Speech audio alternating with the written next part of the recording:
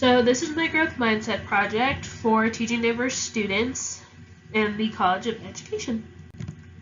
The first slide is race, ethnicity, and origin. Personally, I label myself as an African American female. I was born and raised in Lubbock. My entire family was born and raised in Lubbock. We go back generations, I think, all the way back to my great-great-grandparents. So kind of like going into my family history, my great-grandmother, Edwina Woods, was a housekeeper. She was a housekeeper in Tech Terrace. And my great-grandfather, George Woods, he worked a lot of odd jobs in downtown Lubbock. He worked at clothing stores. He worked at billing companies. He did a lot of odd jobs in downtown Lubbock to provide for his family. And in the meantime, he was also a pillar in the East Lubbock community. He helped people get jobs. He helped people get back on their feet. He advocated for a lot of people. So he has a very, very big legacy, a very strong legacy in East Lubbock, so much to the point where there's a park named after him called the George Woods Park in East Lubbock. My grandmother, Vernita, she was a teacher and principal in Lubbock. She participated in protests while she was in college. She went to a historically black college in Austin because she was not allowed to go to Texas Tech because Tech was not allowing African American students in at the time. And when she was in college in Austin, she participated in a protest at this kind of like Target-like store where there were bars where people could sit. And she sat down as a form of protest with some of her classmates, and they had to look forward. They couldn't say anything, and people were calling them names. People were calling them the N-word and stuff. And one man actually dumped baby powder on her and said, "If you want to be this color, now you are." And she couldn't say anything, and a couple of days later, my great-grandma saw it on the news and called her and told her to get her butt back to Lubbock, and my grandma did. So, moving on to religion and spirituality. I grew up Baptist. I went to church frequently when I was younger. I went to church every Sunday with my family.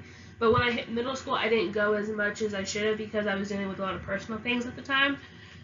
There was a time in my life where I did kind of question my faith because there's a lot of questions that go through your mind when you're growing up about if there's a God, if there's this great being, then why do kids get killed? Why are babies dying? Why is there hatred? Why is there so much bad in the world that there is this amazing God?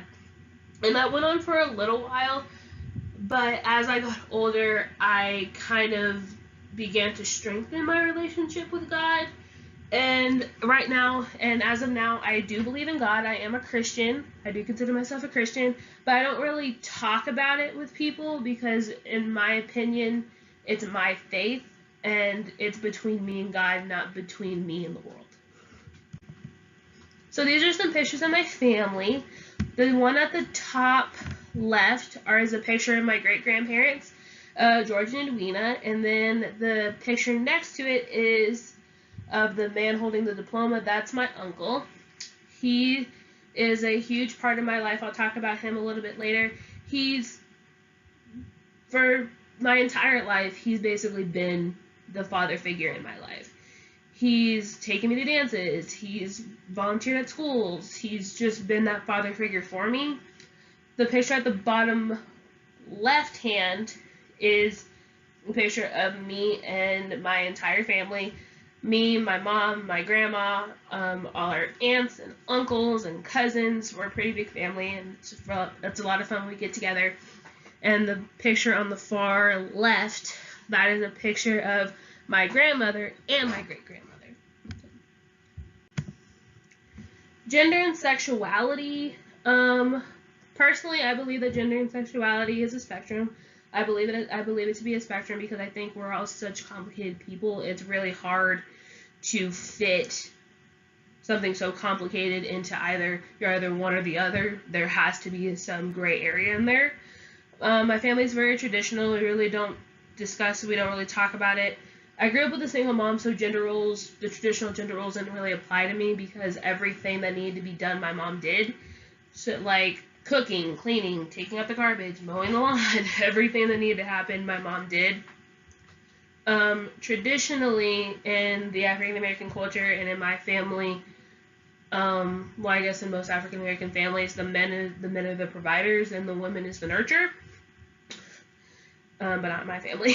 Traditionally, when it comes to marriage and childbearing, you get married first, then you have kids.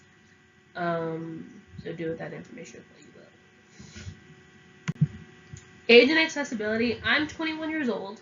I treat my elders with a lot of respect. I'm considered, and I treat my elders with a lot of respect. I call them, I say yes sir, no sir, yes ma'am, no ma'am. I never swear in front of them. Never, because to me it's a huge sign of disrespect to curse in front of your elders. So yeah, I am, and even though I'm 21, I am considered an adult by the law, but I'm not considered an adult by my family because I've always been the baby of the family. So when it comes to things like going out and kind of spending time away from the family and everything, and kind of going out on my own with my friends, my mom doesn't really have as much of a problem with it as my grandma does. My grandma, she's very scared of everything. So when I go out places, she's very, very scared.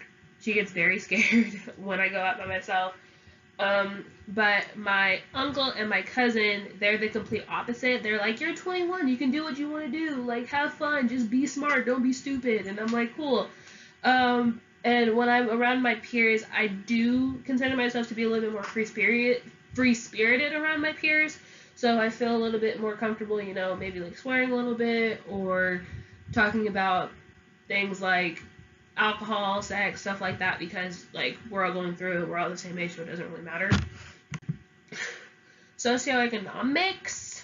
When it comes to my family is, I would consider my family and my household to be in the lower end of middle class, because I did grow up in a single parent household, but my mom had a college degree, so she was able to get like a decent job and provide for me.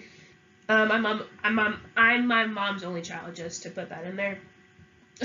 She once told me, she has said, you can tell people you always had what you needed, but I didn't always get what I wanted, which I completely agree with. There wasn't ever a day where I thought I wouldn't eat. There was never a time where like we were afraid the bills were gonna get shut off. It wasn't really like that. It was more like frivolous stuff that we couldn't do, but if we could do it, we would do it. I am African American, and my family is highly democratic. They're very big in my family. I come from a very big family of Democrats, but it's kind of weird because even though I come from a family of Democrats, I'm the most progressive and liberal. I feel like maybe they're more fiscally Democrat and more like socially conservative. As for me, I'm both fiscally and socially Democrat and liberal. Personal relationships. My mom and grandma, who I call Yaya, they're the most important people in my life. I consider them to be the two people to have shaped me into who I am today. They're strong. They don't take crap from anybody. If they want something, they get it and they pay for it themselves. They don't have to ask a man for anything, and I appreciate that, and I look up to that so much. They were both working moms, so I think when I become a mother, I'm going to be working. I can't really see myself sitting at home doing nothing because my mom never did. My mom was always go, go, go, go, go.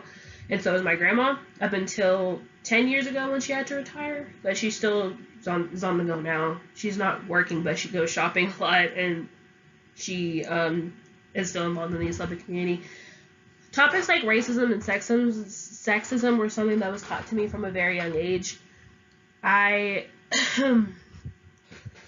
Growing up a young African American female in the South, there were a lot of things that I kind of had to be prepared for, and I was always like told like you're black, you're a girl and stuff like that, but it didn't really like become like a problem for me until I got into high school and college, because that's when I kind of got out of my comfort zone and kind of was around a lot more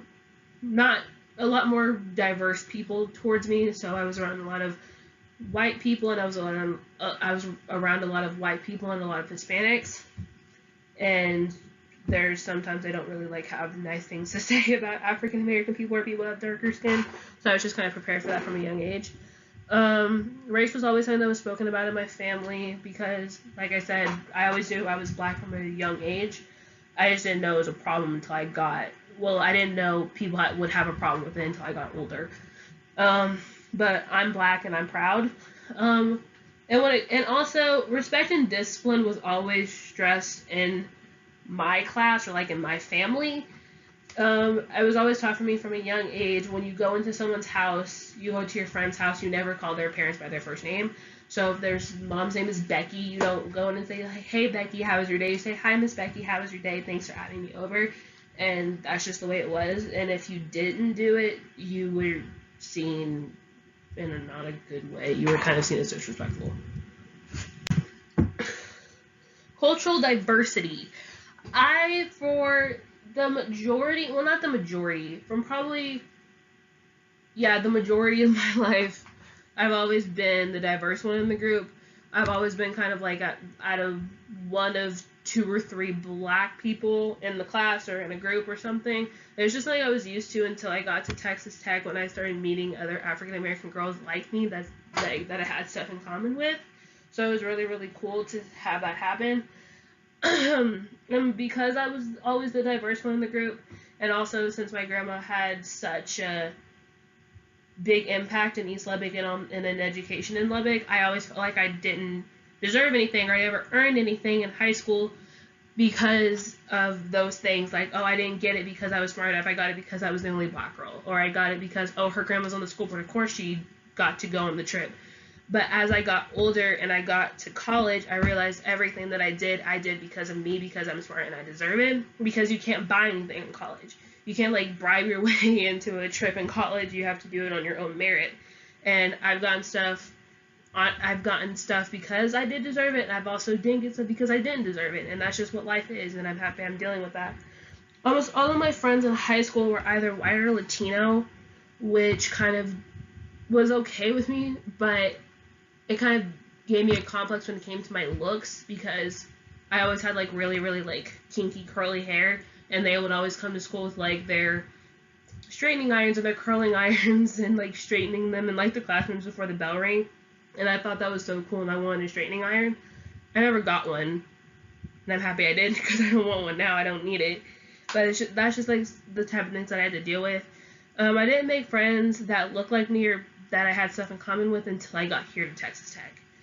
As for events that that shaped me, the Michael Brown case and the Trayvon Martin shooting shaped me a lot personally, because those were the first 2 real cases that I saw.